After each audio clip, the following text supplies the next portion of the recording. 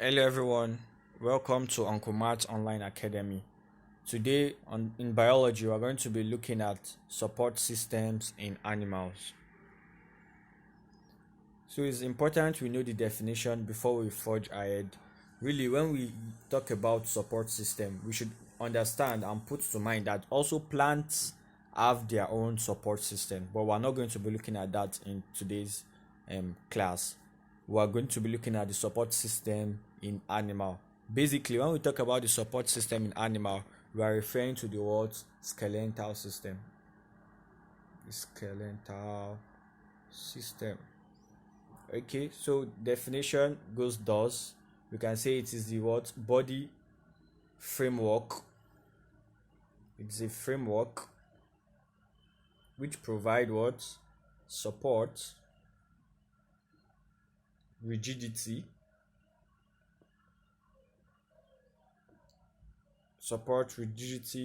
protection to the body of animals, basically. So you can take your note on that. So after we've understood what this support system we're talking about is, that it is a framework that gives the body support, rigidity, and also protection, we move further to say that there are three types of skeleton. And the first is the endoskeleton. From this word endo means inside. What is inside? So that means animals that have their skeleton inside of their body is what we refer to as endoskeleton, internal skeleton. Do you understand? Human beings, you say our own skeleton is inside of our body. There are also animals that have their own skeleton outside of their body, external. Exo means what? External. So, and that means they have external hard skeleton. Why the last one are those they have no skeleton at all, but then they also have another support system they use. We call this the word hydrostatic skeleton. So we're going to be seeing pictures on every one of them. So on endoskeleton now we can see like this, what animal you can recognize this animal. This is what fishes under class Pisces. So you also understand that fish have what an endoskeleton. Even man also. This is a cat, and you know it has skeleton that is inside. So example of other animals that have their skeleton outside, exoskeleton, are what? The crab and this other, maybe the prawns, the shrimps and the like. Crab, prawns, shrimps. So other aquatic organism in this class, they have their exoskeleton. And we know how those of us that used to eat these meals, you know, when you fry it and you know how crunchy it is. So we're eating the exoskeleton of these crabs and prawns. So the last one also is the hydrostatic skeleton. This we find it in what? In earthworms, in octopus, like that. And among these aquatic organisms, you see they do not have exo what? They do not have any skeleton. So, but their own skeleton is maintained by hydro. Hydro means what? Water. So it is maintained by what? By water, by fluid, basically. Fluid that is static, that does not move.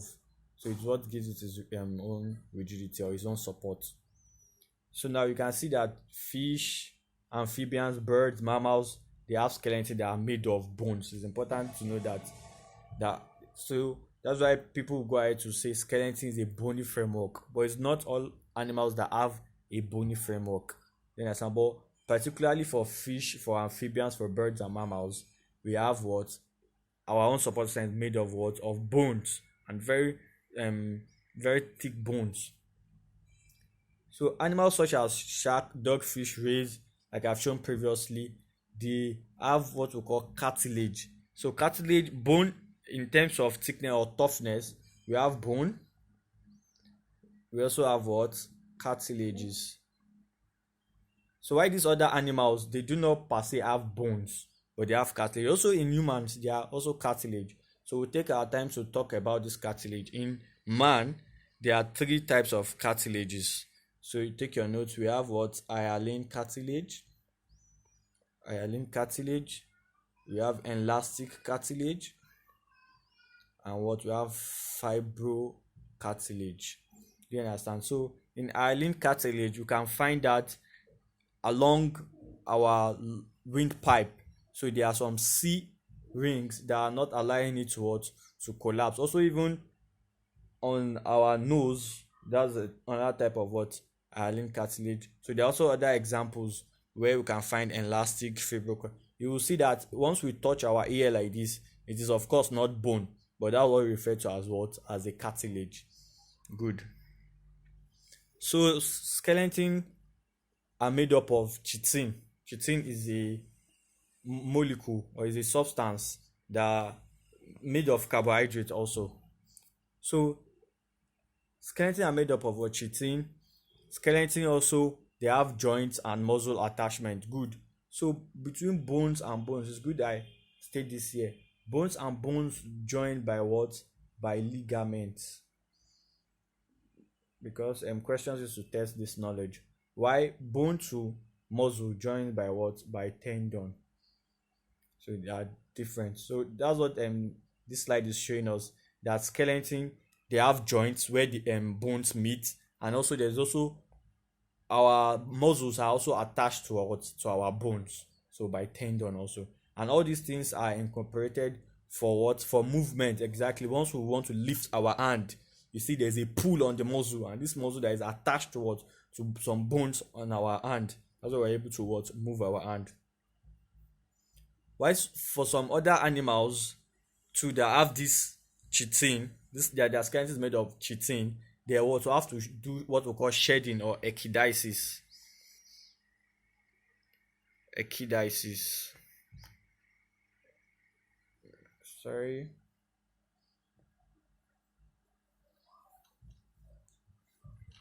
Shedding or what? Echidiasis. Echidiasis. Oh, well, that's it. Then it also, so they will have to shed what, their skeleton, which is made of that material, that chitin I said. So each one they will do shed. Example of that does this shedding, you can have snakes also. So you see snakes that they shed what, their body away. So animals that do not have skeleton can get quite large. That's those ones that have what, the hydroskeleton that I told you, that they use water for their own support. Yes, they can get very large, and in that case we see that they have high volume, they have high surface area to volume ratio. Good.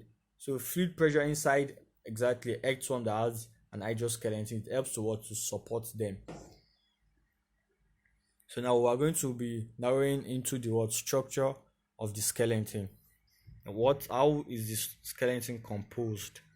So basically there are two basic types of structure of what, of skeleton. We can classify it by saying the axial skeleton and the what, appendicular skeleton.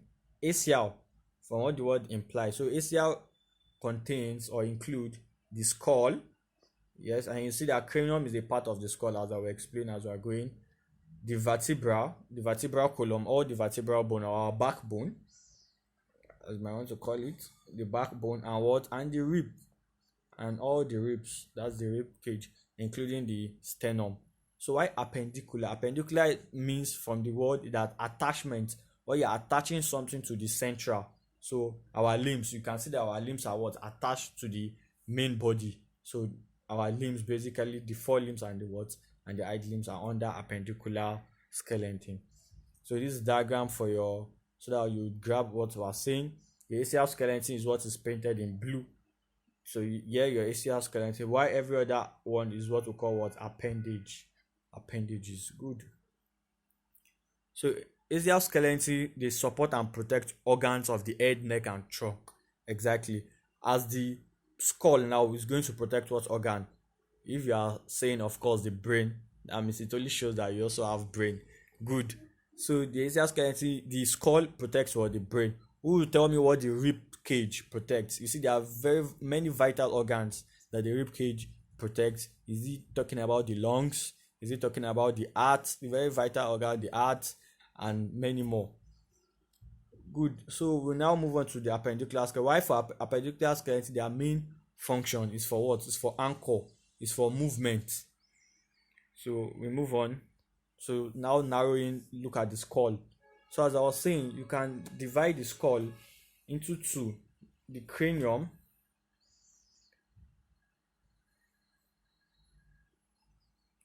and then also you now have the mandible and maxilla.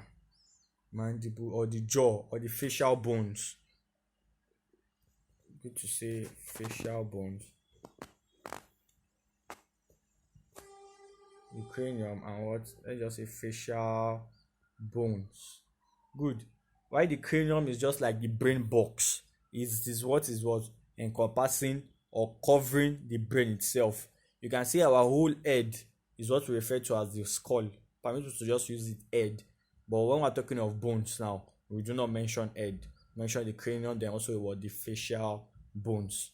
So and you see that this cranium is made up of what? 8 interlocking sutured bones. That means these bones, they do not move. They are what? Sutured. Do you understand? So for your level, I would might just want to list the bones that make up this cranium. But for your level, there will be no need. But just for you to have an idea of the bones, we have what we call the frontal bone, and it's just our forehead, basically where we touch at our forehead. We have the temporal, and we have one frontal bone. We also have what? Temporal. We have parietal. We also have what? The occipital. That's at the back, our ogo.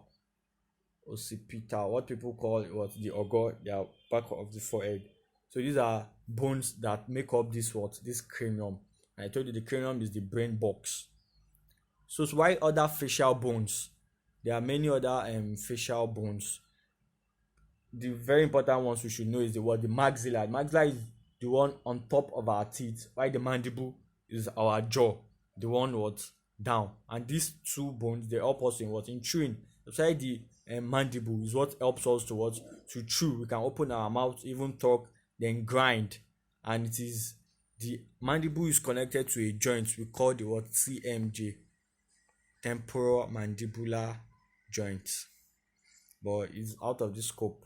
So now, exactly what I said, the cranium encases the brain and other muscles and also sinuses. You would understand better. So, as we've said now, the skull, the cranium, and the what, and the facial bones. Okay, so now, very lovely diagrams like of what? Of the skull. I'm sure everyone is happy to see this diagram. Good. So this is very colorful and very sweet to explain. You see, we then as medical students, when we go around with our real skull, like skull bones, they give us bones to study them, then people will be getting scared. But I'm sure when you see this bone in real life, you would really appreciate what we're discussing. So you can see that this skull bone, this part is the what? You can, if I put a line like here, is the what? Is the cranium, where the brain is. Why these other parts are the what? The facial bone. So you can see frontal bone that we made mention of. You can see parietal bone. You can see temporal bone, occipital bone. I said the ogo.